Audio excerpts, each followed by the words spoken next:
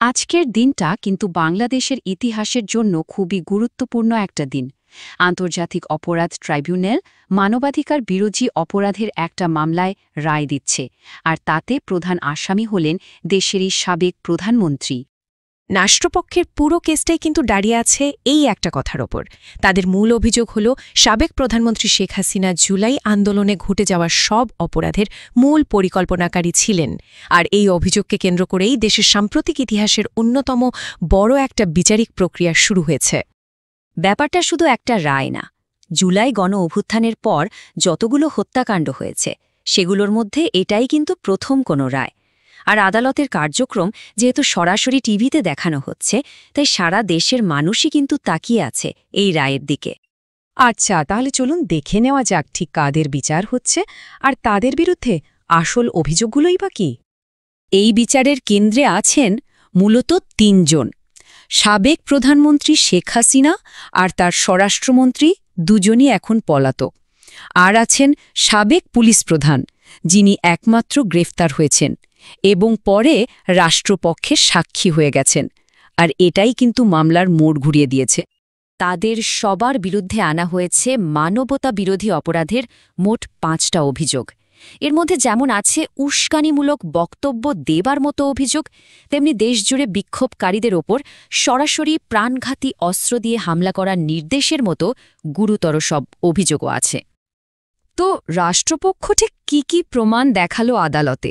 তাদের যুক্তির ভিত্তিটা কি? চলুন একটু বিস্তারিতভাবে দেখা যাক। এই মামলার একটা টার্নিং পয়েন্ট হল রাজসাক্ষী বা অ্যাপ্রুভারের বিষয়টা। সহজ কথায় বললে, ইনি হলেন এমন একজন আসামি যিনি নিজের দোষ স্বীকার করে অন্যদের বিরুদ্ধে সাক্ষী দেন। আর এই মামলায় কিন্তু এই রাজসাক্ষীর ভূমিকা ছিল অংশন গুরুত্বপূর্ণ। আর এখান থেকেই মামলার সবচেয়ে বড় বোমাটা ফাটানো হয়। সাবেক পুলিশ প্রধান চৌধুরী আবদুল্লাহ আল মামুন আদালতে দাঁড়িয়ে বলেন যে ছাত্র আন্দোলন থামানোর জন্য প্রাণঘাতী অস্ত্র ব্যবহার করার নির্দেশটা সরাসরি তৎকালীন প্রধানমন্ত্রীর কাছ থেকেই এসেছিল। আর এই নির্দেশের ফলটা কতটা ভয়াবহ ছিল সেটার একটা চিত্র কিন্তু তদন্ত প্রতিবেদনে উঠে এসেছে। বলা হচ্ছে এই ঘটনার জেরে প্রায় ১৫০০ ছাত্র জনতা নিহত হয়েছেন আর আহত হয়েছেন প্রায় ৩০,০০০। সংখ্যাটা কিন্তু আসলেই বিশাল। শুধু তাই না, নিজেদের দাবিকে আরও জোরালো করতে রাষ্ট্রপক্ষ আদালতে একটা ভয়েস রেকর্ডিংও বাজিয়ে শোনায়। তাদের দাবি এটাই সেই নির্দেশ দেবার প্রমাণ। আচ্ছা, এই রায় পর্যন্ত আসতে পুরো আইনি প্রক্রিয়াটা কেমন ছিল, আর এই রায়ের পর কি হতে পারে? মামলাটা কিন্তু বেশ দ্রুতই এগিয়েছে। দেখুন, পুরো প্রক্রিয়াটা শেষ হতে সময় লেগেছে ৩৯৭ দিন।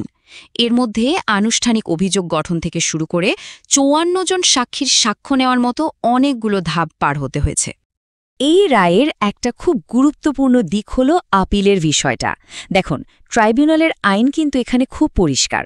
পলাতক থাকলে আপিলের কোনো সুযোগই নেই, যদি না তারা আগে আত্মসমর্পণ করেন। এই রায়টাকে ঠিকমতো বুঝতে হলে আমাদের একটু বড় ক্যানভাসে তাকাতে হবে। এর পেছনের রাজনীতি আর ইতিহাসটা জানা কিন্তু জরুরি। এই যে ট্রাইব্যুনাল, এটা কিন্তু ২০১০ সালে তৈরি হয়েছিল ১৯৭১-এর যুদ্ধ অপরাধের বিচারের জন্য। কিন্তু ২০২৪-এর অগস্টে সরকার পরিবর্তনের পর এটাকে নতুন করে সাজানো হয়। আর এখনের ফোকাসটা সাম্প্রতিক ঘটনাগুলোর দিকে। আর একটা ব্যাপার মাথায় রাখতে হবে, সাবেক প্রধানমন্ত্রীর বিরুদ্ধে এটা কিন্তু একমাত্র মামলা না। এই ট্রাইব্যুনালেই তার বিরুদ্ধে মানবতা বিরোধী অপরাধের আরও কয়েকটা গুরুত্বপূর্ণ মামলা কিন্তু চলছে। সুতরাং সব মিলিয়ে বলা যায়, আজকের রায়টা শুধুই একটা মামলার শেষ না, এটা আসলে দেশের বিচার ব্যবস্থা আর রাজনীতির জন্য একটা নতুন অধ্যায়ের শুরু। একজন সাবেক প্রধানমন্ত্রীর বিরুদ্ধে এমন একটা রায়, এটা নিঃসন্দেহে দেশের জন্য একটা বিরাট ঘটনা। এখন সবচেয়ে বড় প্রশ্ন হল, এই রায়টা বাংলাদেশের ভবিষ্যৎ রাজনীতিকে ঠিক কোন দিকে নিয়ে যাবে।